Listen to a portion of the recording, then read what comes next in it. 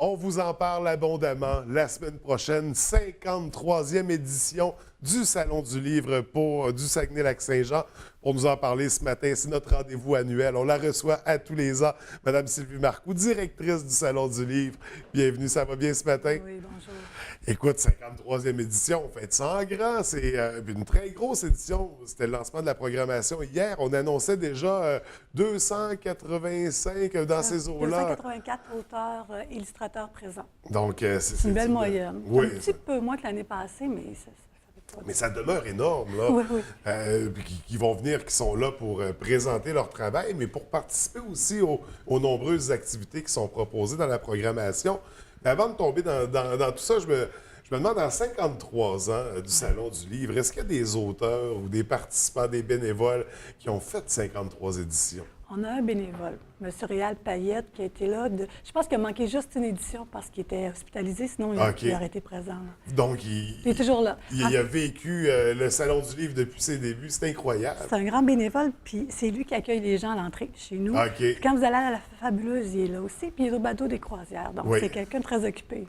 Donc, oui, un monsieur très impliqué, très actif, qui a vécu tout ça. C'est extraordinaire. On va parler de la programmation. On va y aller dans l'ordre. Ça débute avec une cérémonie d'ouverture. Ça débute, si tu veux qu'on y aille dans l'ordre, ça débute lundi avec les rencontres scolaires. Bon, oui, c'est vrai, parce que... En fait, le salon, c'est 4 jours d'événements en salon au centre des congrès, mais c'est une semaine d'activités intenses, là, surtout le territoire du Saguenay-Lac-Saint-Jean. C'est ça, parce qu'il y a beaucoup d'activités dans les classes, dans les écoles, des auteurs qui vont rencontrer des jeunes. Cette année, on a explosé. Là, l'année passée, on avait 127 rencontres hors les murs. Cette année, on a 173, donc 152 dans les écoles. Wow! Partout au Saguenay-Lac-Saint-Jean. Donc, d'un bout à l'autre de la région, là, ça. On n'oublie personne là-dedans. Tout le monde va avoir son goût de Salon du Livre à l'école. C'est ça, on dit aussi que vous êtes plus répandu sur le territoire régional aussi. Est-ce que c'est par ces activités-là scolaires? Oui, oui. Puis des rencontres, des activités aussi qu'on organise avec d'autres organismes. Si on regarde du côté de la Dorée, eux autres, ils ont une maison des écrivains, de conteurs. Donc, on organise avec leur complicité une soirée de contes et légendes. Saint-Gédéon, la belle microbrasserie, on fait une soirée de poésie, là. Puis partout aussi au Saguenay. Parce qu'on est Salon du Livre du Saguenay-Lac-Saint-Jean, donc c'est important qu'on couvre le territoire. Oui, tout à fait.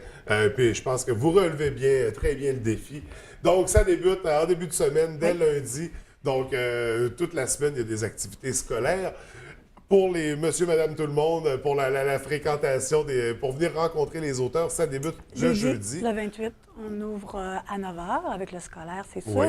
Mais jeudi après-midi, c'est des activités adultes. La programmation qui est sur la scène, les auteurs qui sont en dédicace sont majoritairement adultes. OK. Pour cette clientèle-là.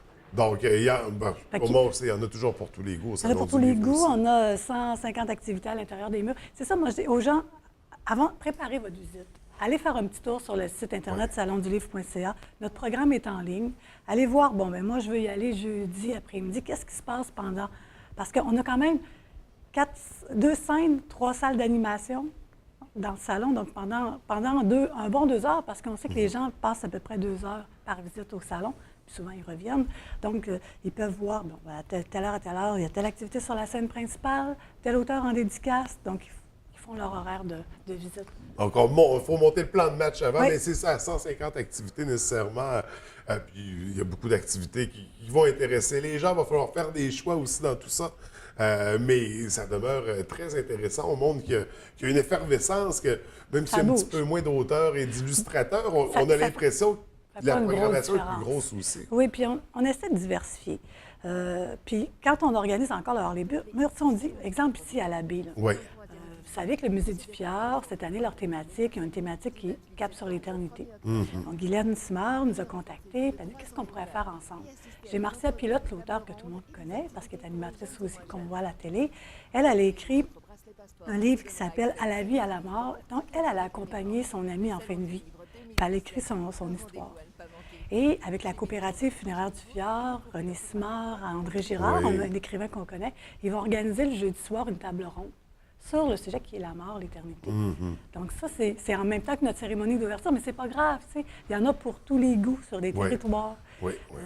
Ensuite de ça, du côté de la bibliothèque de l'Abbé, traditionnellement, chaque samedi en fin d'après-midi, c'est le club de lecture de la bibliothèque avec Virginie Baudouin qui reçoivent un auteur. Puis cette année, c'est un illustrateur, Maxime Cyr, qui est le créateur des Dragouilles. Tout le monde le connaît, il est très connu. Et ils vont faire une espèce d'activité avec les jeunes à la bibliothèque. C'est toujours là aussi un succès. Et là, ce ne sont que deux activités qui se passent à la baie. 250 activités. Oui. Parce qu'il y en a énormément. C'est important, je pense, réellement, de visiter le site Internet. On sait, puis il y en a pour les plus grands, il y a des activités jeunesse aussi, même durant le week-end. Là, oui. Il y en a pour tous les goûts pendant tout le Salon du Livre. Également, il y a le volet concours qui est de retour. On a les finalistes ont été annoncés il y a déjà quelques temps. Il y a 2 semaines, je crois. 3 semaines. On annonce toujours les finalistes pour que les gens aient le temps de lire, découvrir les œuvres avant de venir au salon. On a 5 gagnants qui vont recevoir 1 000 de bourse quand même par catégorie.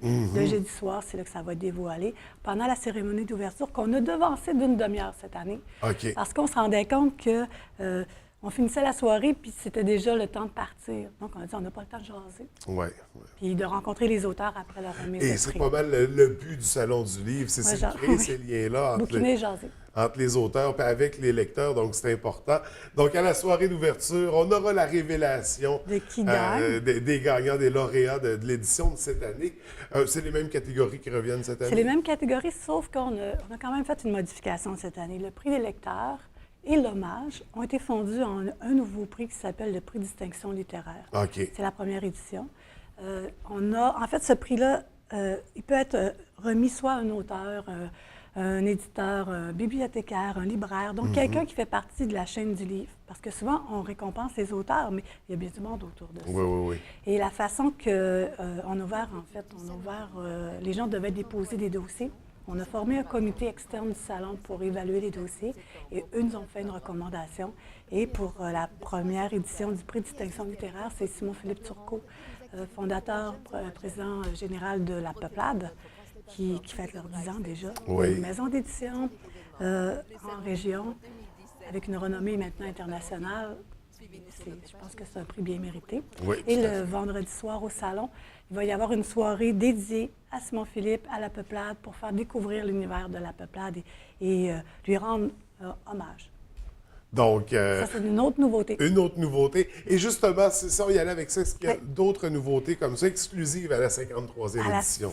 Bien, qu'on a commencé, j'ai parlé un peu tantôt du Salon Saint-Vite, donc les activités qu'on organise en collaboration. On a aussi travaillé beaucoup avec la communauté de Mastoyatch, parce qu'eux autres, la bibliothécaire, l'année passée, me dit, à 3 semaines du salon, Sylvie, je rêve d'organiser un événement littéraire pendant le Salon du Livre ou pendant l'année. Bien, je dis, on va s'en reparler en cours d'année. Donc, depuis quelques mois, on a travaillé là-dessus, on a fait des demandes de subventions, on a élaboré un programme et on était là en soutien. C'est vraiment eux autres qui ont organisé le festival. Là, je ne vous nommerai pas le nom du festival parce que c'est un nom inou qui est long comme ça, puis je vais m'enferger dans les lettres du mot, mais il va y avoir 10 rencontres, 10 auteurs, toute la communauté, autant les CPE que les aînés vont recevoir un auteur. Et tout ça, là, ça fait partie de la programmation qu'on retrouve sur le site. Mais c'est un petit peu en parallèle. Okay. Le salon s'invite, parce qu'on est, oui, un salon du livre, oui, des tournées hors les murs, mais plus ça va, plus on veut vraiment développer toute l'année des activités littéraires, toujours en collaboration. Donc, on veut développer toute l'année, on veut développer sur tout le territoire et on a même développé une entente avec la STS pour faciliter l'accès durant toute la semaine. Ceux qui vont avoir la passe. En fait, depuis l'année passée, on a un bracelet passeport qui donne accès au salon. Ça coûte 12 $, puis ils peuvent venir au salon autant qu'ils veulent. Et cette année, la STS, on les a contactés, puis on dit, on embarque là-dedans. Donc, tous ceux qui vont avoir le bracelet passeport vont pouvoir voyager en autobus gratuitement pour venir au Salon du Livre. Donc, ça donne accès des fois à des petites familles, ça va désengorger nos stationnements, ça va faire découvrir le système d'autobus. Je trouve que c'est une belle collaboration. Et ce bracelet-là également donne, exemple, la soirée de théâtre qu'on organise avec le Côté Court le mercredi, 50 % de rabais sur le prix d'entrée. Donc, il y a d'autres privilèges comme ça qui vont s'associer à ce bracelet passeport-là. Parce que quand on fait le sondage, on fait à peu près 300 sondages auprès des visiteurs et les gens disent, il y a un gros pourcentage qui disent on vient seul, On vient en famille, puis on revient souvent avec un conjoint. Fait qu'il y a des gens qui viennent 3 fois dans le salon, tout dépendant encore là de la programmation ou de qu'est-ce qu'ils veulent Oui. faire.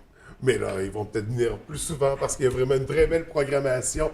On visite le site Internet du Salon du Livre du Saguenay-Lac-Saint-Jean.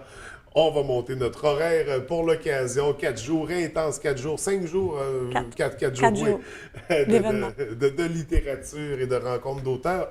Écoute, merci pour cette rencontre annuelle. Vraiment, félicitations pour la programmation de la 53e et je suis convaincu que ce sera un succès. Merci beaucoup. Je te souhaite une très belle journée. Merci beaucoup.